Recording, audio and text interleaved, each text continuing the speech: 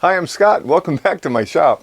In today's video, I'm going to take a perfectly good Hollowform and drill a bunch of holes in it. If you're interested, keep watching.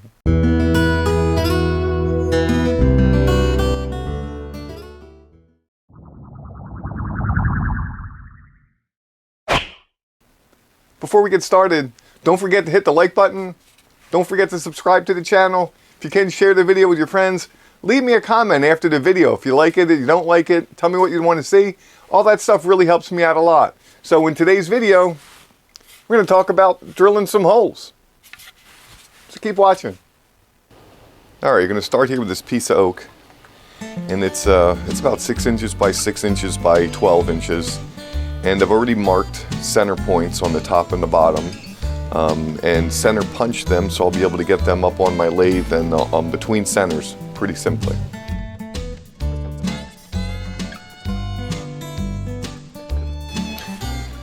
Okay, so got the blanks mounted between centers. I got it clearing my rest, and my face shield's ready.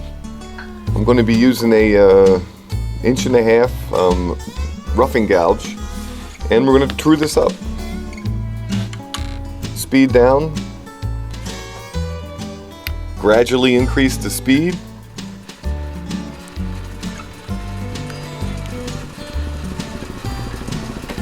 Okay, and then we can start turning.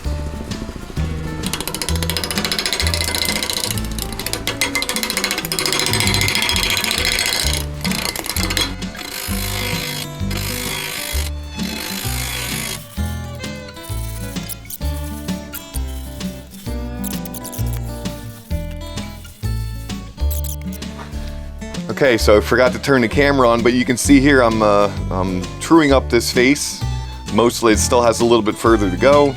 I'm just going to flatten this out, and after this is flattened out, I'm going to cut in a tenon so I can take this piece and mount it in the chuck.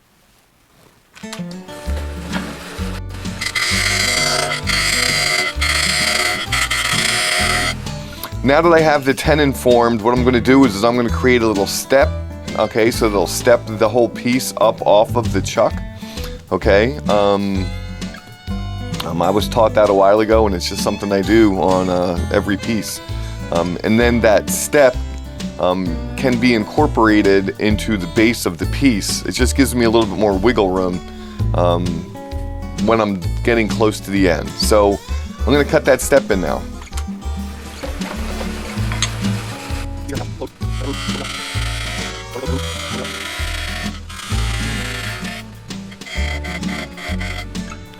Okay, so here you can see I have my tenon and my step.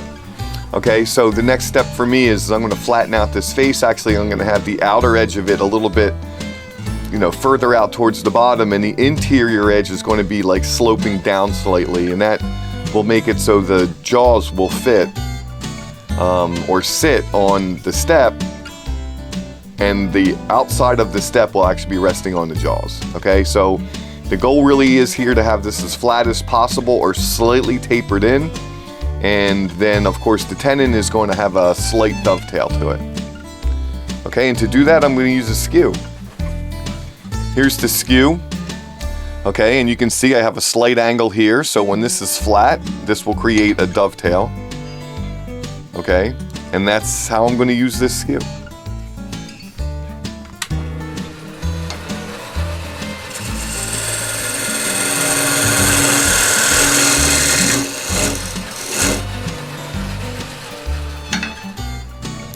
It's as simple as that. So now I have a dovetail. I have either a flat or slightly tapered downward step, and I'm ready to put this on the chuck. All right, here you can see I have my chuck on the lathe. It's a Vicmark VM120. All right, so we're going to open up the jaws to receive that tenon.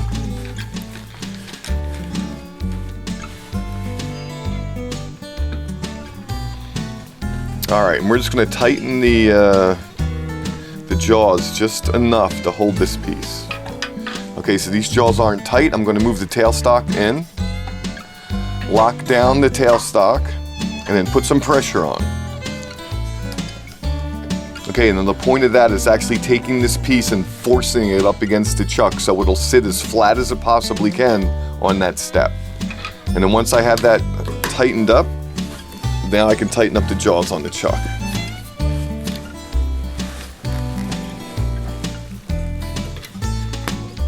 And I always tighten this chuck using both of the sockets. Okay, now we have this piece ready to go. It's just time to start shaping the outside. So hopefully this knot will not be a problem. It's going to be wider at the base and narrower at the top. So basically I'm going to take a spindle gouge and I'm just going to create like a big giant bead. Alright, so a lot of this wood's going to have to come away, and that roughing gouge is very good at wood removal, so I'm going to use that spindle roughing gouge to do a lot of the work.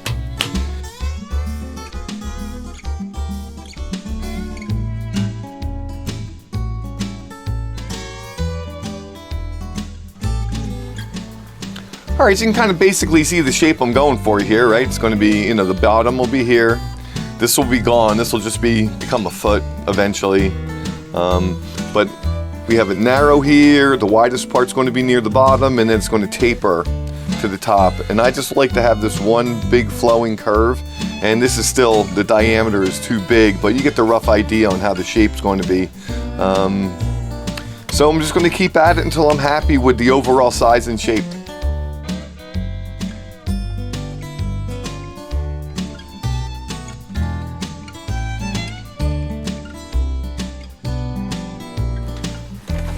Okay, hopefully you'll be able to see it from the camera angle, but you can see this has a nice curve, right? So that's kind of the shape I'm going for. Still have some issues with the overall size. I think it still might be just a little bit fat, but maybe not. So, yeah, I'm going to just do a little bit of refinements and get rid of some of these tool marks, and then we'll reevaluate.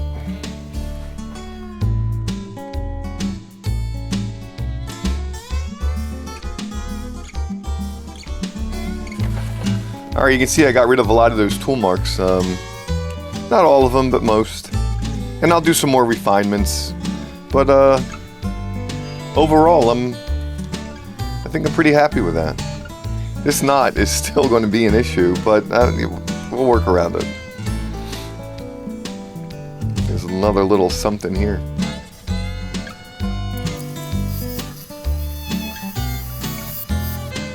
So here's the top, and this is still, you know, engaged with the tailstock, right? So it's going to be the top of the piece, and I have not trued up this surface yet. So I'm going to do that now, and then I'll be able to take a Forstner bit and, you know, drill to depth for the depth of my piece.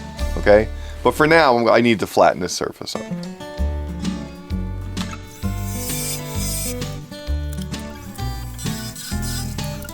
Okay, so the center of this piece, right in here, but to give my drill a little bit of a guide, just when I start drilling, what I'll do is I'll actually put a little dimple in here with the point of the skew.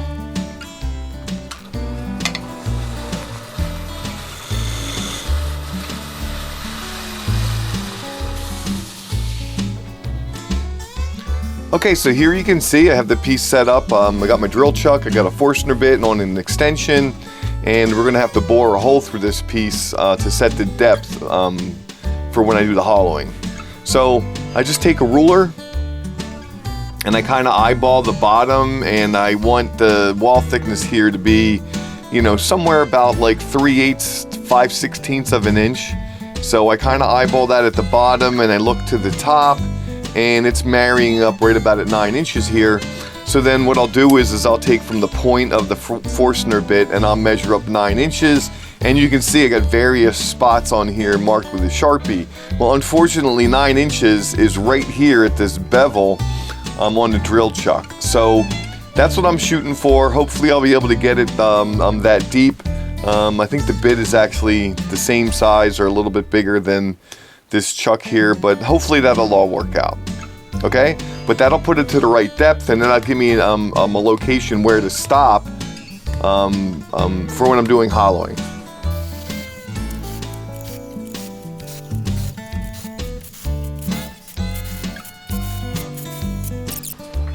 Okay, there you go. So you got that pretty much most of the way up to the top of that bevel. So yeah, that should work fine. Okay, so here you can see our piece, and what I'm going to wind up doing is I'm just going to randomly start drilling holes in this piece before I hollow it. The reason being is that if I drill the holes after I hollow it, there's some breakthrough on the inside, and then I have to then go back and clean that up, and that's extremely difficult to do. So it's just easier if I deal with that now. So I'll just drill random holes through here. I don't have to go all the way through to the hole I drilled in the top. I just have to drill deep enough that it's probably deeper than the wall thickness is going to be. Okay, so I'll just drill in about a half an inch or so, or maybe a little bit more, maybe 3/4 of an inch, and I'll just start randomizing a pattern on here. I'll start with the largest size Forstner bit and work my way down to a smaller one, and you'll see how that pattern emerges. Okay, so I'm going to start with an 1.5 inch Forstner bit, and I'm actually going to drill right through this knot, and hopefully that'll help with this checking that's here. I might actually have to go to something bigger. So let me take a look. Is that going to cover that? Not quite. So let's go to a larger size. Okay, so 1 5/8 inches. It's going to cover most of this crack. And what I'm going to do is just put this in here and then just drill a hole. Okay? You can take your spindle lock and you can lock this in place if you don't like it moving around, and actually, to be honest, I don't. So I'm going to use my indexing lock just to hold that so it's steady while I drill the holes.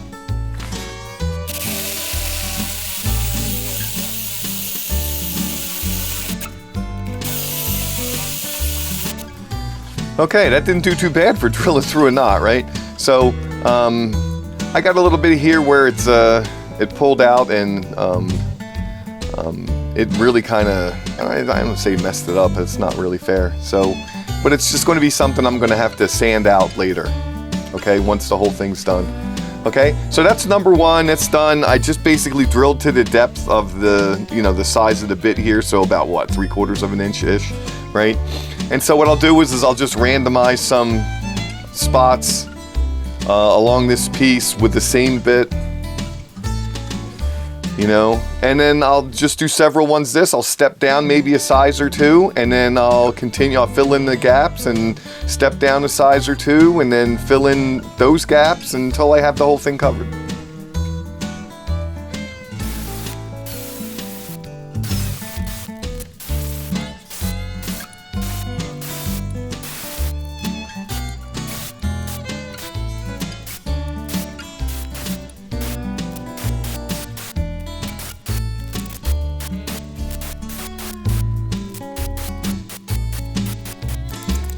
Okay, so you can see after we sold all that drilling, right, I gotta just basically, it's a random pattern of holes.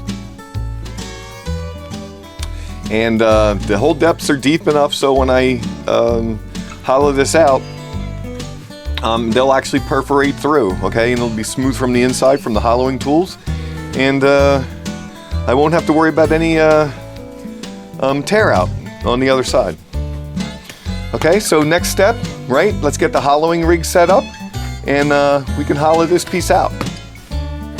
So I had to zoom the camera out pretty far to get this whole setup in here, and you can see here's the base for the Elbo II tool, and it's the Elbo II, right, as opposed to the original Elbo. So this has a base, and then it has the actual Elbo tool here that sits in the base, and it's articulated, right, it's got 3 articulated points, and that then connects into my hollowing tool, which is a John Jordan hollowing tool. And the Elbo tool has this little crossbar here, which has a laser in it. So I don't know if you can see that laser beam light on my hand, but that's plugged in. So I have an indication of where that tool tip is at all times when I'm hollowing out this piece. Okay, it's really convenient. It's really easy. It just makes everything so much quicker, easier, faster. It's definitely my preferred method for hollowing. So that's what I'm going to be doing. I'm going to turn this on. You don't need to see this overview shot. I'm going to bring the camera in closer here. You can see what's going on. but that's the Elbo II tool, and that is made by Tim Yoder from Woodturning with Tim. So shout out to Tim, thank you very much. Awesome tool. Okay, here you can see the Elbo tool where it's set up, and I'm using the tool rest here to keep the hollowing tool on center with the piece. So you can see the tip of the tool is right on the center of the piece, so I can start hollowing. All right, so let's switch on the lathe and start hollowing this piece out.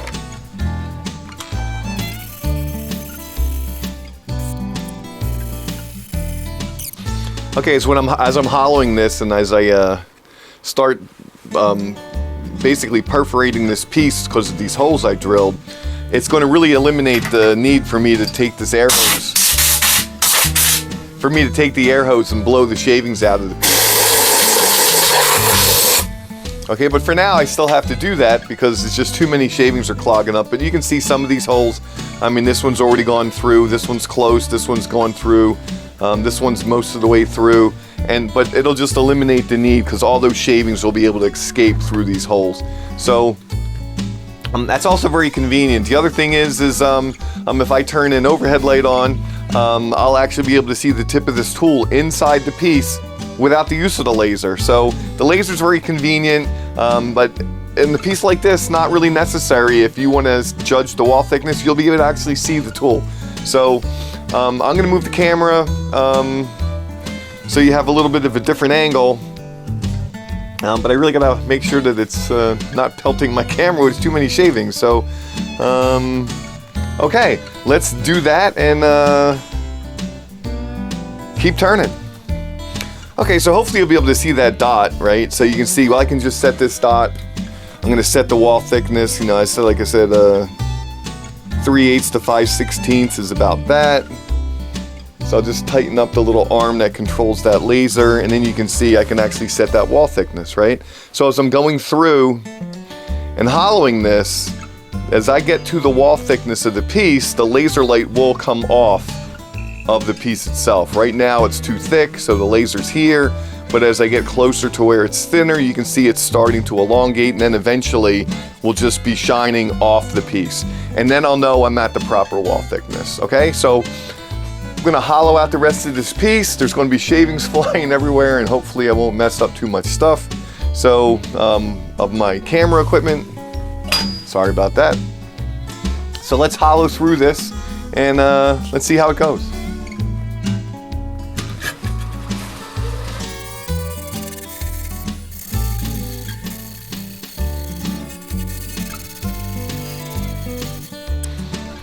All right, let's take a look real quick. I mean, obviously all those shavings were flying out at the camera.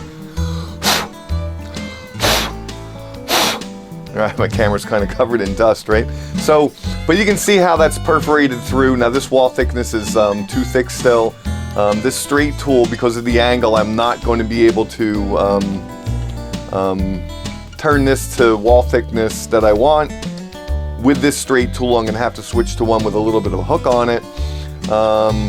And I'll be doing that soon. I'm gonna try to get this down to like the widest point, and I'm gonna take out as much of this as I can with this straight tool, okay? And mostly because I just don't want to change the tool. The hook tool I'm gonna use, you know, I'll be able to finish up the piece with. So that's what I'm gonna do, and but you can see that's starting to look pretty cool.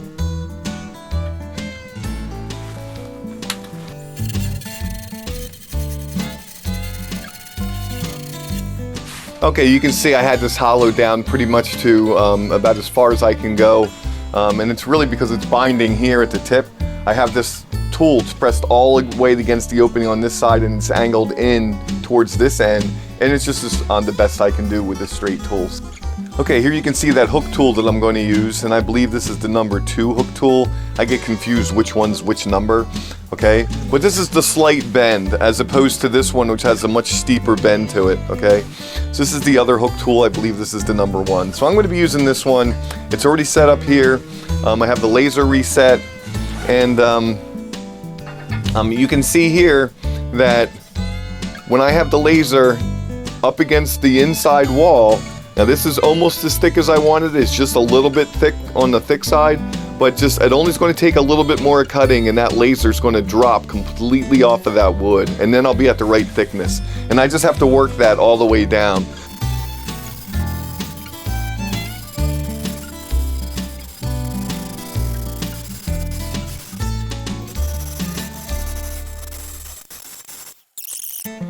You see I'm having a lot of chatter as I'm going through this area here. You can see that there was a bit of a knot here, and this is where that other knot was, so it looks like that branch was kind of growing in this way. This is all very dense right here, and I'm getting a lot of chatter. All right, but the rest of it from here up, obviously looking very good. You know, there's a bunch of dust in here, but if I kind of just move that stuff out of the way, you can see that the inside holes are extremely clean, right? So, yeah, that's looking really good. I just gotta make sure that I take my time down on this lower section and work through this really rough part. And once I get through that rough area, or I guess dense area, right, I'll be back into what I would consider just normal wood. And I'm really only this far from being done. So let's turn the lathe back on, let's get the hollow in and finish this piece up.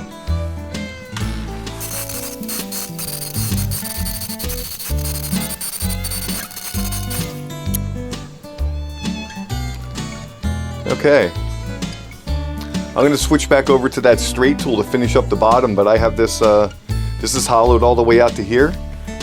Okay, so I just have to take a little bit of this inside corner off, and yeah, I'll be pretty much done. So yeah, this actually turned out really well.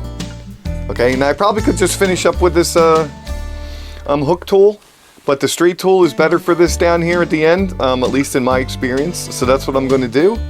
And yeah, it'll just take a few minutes to set up that tool. Okay, so let's do that, and then finish that up.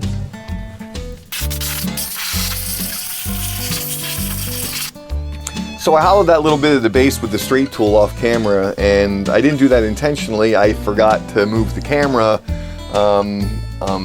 and it was completely out of the shot. So, but you can see here, I mean, the wall thickness it's very consistent throughout the entire piece. Some of these areas you can see where, you know, here it's just there's a little bit of a material that didn't get taken away. That just touching that a little bit with some sandpaper will just knock that off. So that'll be a nice sharp edge inside, and yeah, so that turned out really well. So at this point, I guess the next step would be for me to just sand this down a little bit. Okay, and that should sharpen up the holes a little bit on the exterior.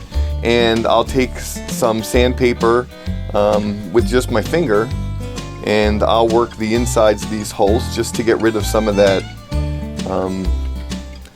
wood that's, you know, just kind of like left over from the hollowing process.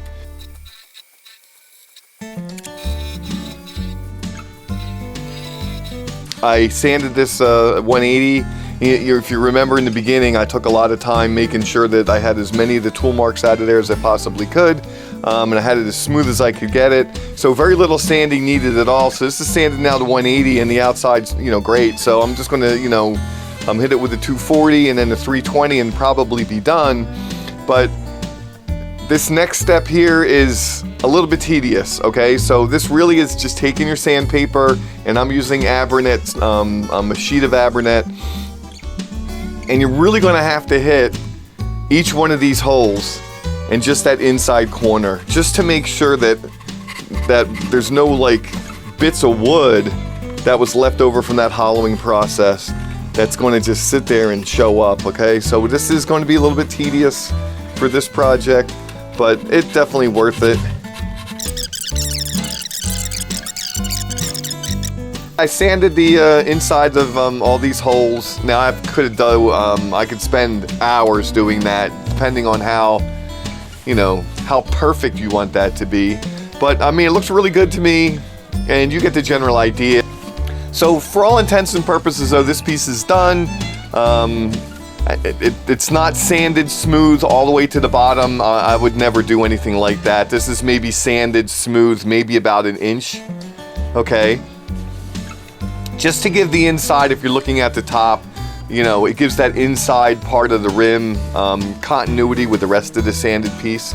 But that's it. So the next step really is to take this off the chuck and then put on my jig for tenon removal for my Hollowforms, and let's do that.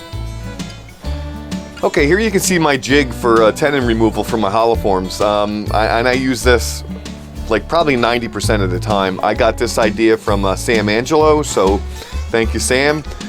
What this really is just a faceplate with a piece of wood. In that piece of wood is this threaded steel rod. Okay, so that's just put in here, centered, and I put that up all on my lathe to make sure everything was all nice and centered, right? And this is just a stop collar that floats on here. This is a piece of turned holly, and it basically just acts as a wedge. And then there's just a little wooden cap, just so I don't have the metal pushing up against the inside on the Hollowform. So on the bottom of the Hollowform, okay, you can see that there's still the ring, all right, from the tailstock. And that's how I'm gonna set this up. I'm gonna put that on the tailstock.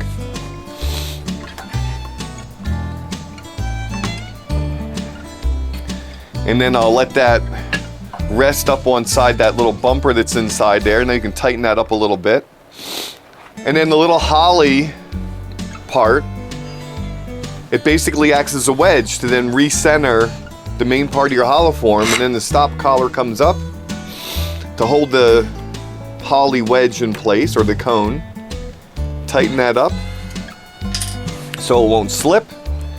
Tighten up the tailstock again, just a little bit.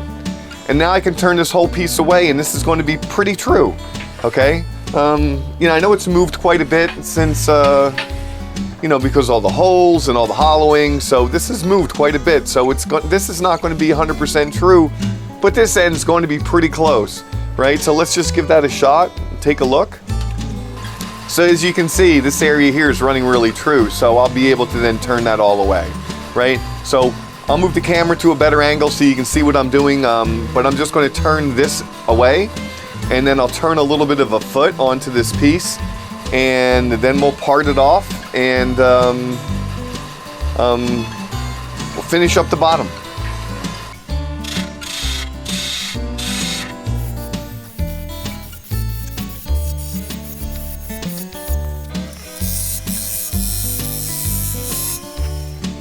Okay, so we were about here before, and we added a little bit, and you know, it's a lot longer from this angle than it is from, you know, the slice taken out of it. But I added maybe about 1/8 of an inch-ish, okay? So, yeah, I'm gonna go with that, and that'll be the final diameter for the base. And then I'll make just like a little bit of a foot out of this material here, and then I'll be able to hollow out the rest.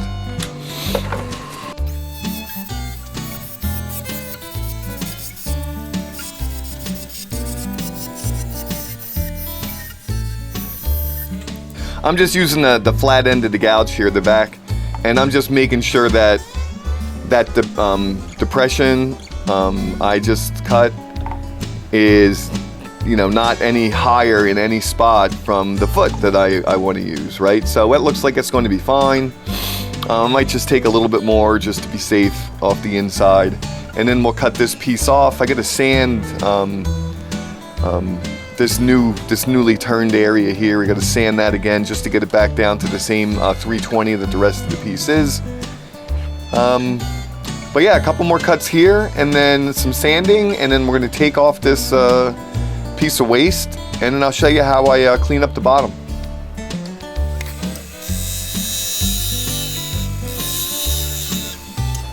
So I just have this Japanese pull saw, and I'm just gonna cut this off.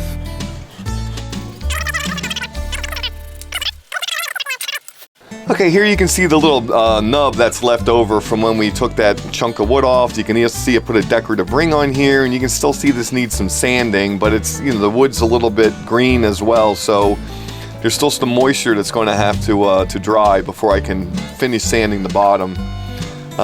But this is a hook knife. This is used a lot for spoon carving. It's how you hollow out the bowl of the spoon. But what I do is I actually use this to take off this little nub. Okay, so I'm just gonna sit here and it's basically just whittle this away, you know. And it won't take long at all. I mean, it'll be gone before you know it. Now, I know some people will sand this away, and that's, if you want to sand it away, that's up to you. If you want to take a chisel, once again, up to you. But I use this hook knife. It's pretty efficient. And as you can see, I mean, we're really pretty much, that nub's pretty much gone. Okay, so I have the nubs gone, and I'm just trying to flatten out the surface here. Okay, until I'm happy, and I think that's pretty good. Okay, so then what I'm going to do is I'll take this piece, and I will put it in a brown paper bag. The humidity in my shop pretty much allows me to just put this in a brown paper bag and put it aside for about a week or so, and then this piece will be totally dry, and I'll be able to then spray it down with some water, raise the grain, and then final sand it with some 320, and I'll also be able to clean up and sand the bottom, and then I'll be able to put a finish on it. So there you go, a nice Hollowform with a bunch of holes. Kind of reminds me of the craters on the moon, so I've been calling these moon vases. But yeah, so there you have it.